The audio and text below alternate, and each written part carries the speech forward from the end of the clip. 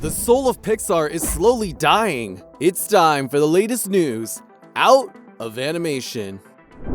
Disney just laid off roughly 5% of Pixar's workforce, firing 75 people from the beloved animation studio in a brutal round of cuts. This is the first time Pixar has seen job losses in 10 years. During the making of The Good Dinosaur, mismanagement and poor production led to the firing of between 30 and 60 people in 2013. That situation was so bad that Pixar had to delay the film's release from 2013 to 2015. What could have caused cuts even worse than that? It might make sense if there were problems at Pixar, but the studio is doing well. They're on track to release their next film, Elemental, on June 16th. If the movie had been struggling with production difficulties, we would have seen job cuts before this point. If Elemental was badly received, we might see them after, but sacking 5% of your workforce less than a month before a new movie hits theaters?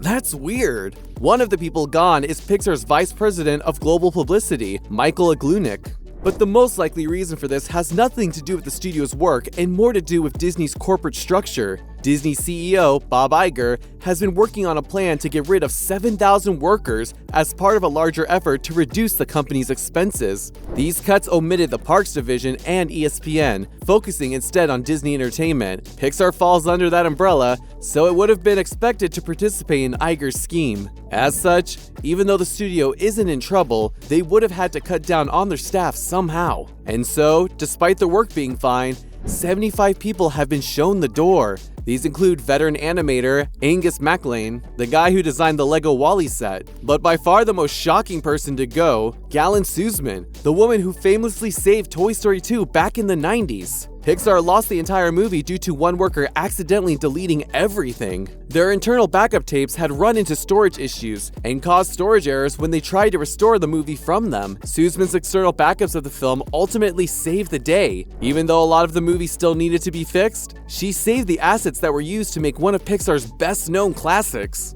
And to add insult to injury, the studio is still looking to recruit their own sous chef for the in-house cafeteria. Pixar's executives can't spare the money for their animators, but are happy to spend it on better cooking. Let's hope the people affected can find new jobs soon. After seeing what DreamWorks is doing with Kung Fu Panda 4, they might be a good place to turn to.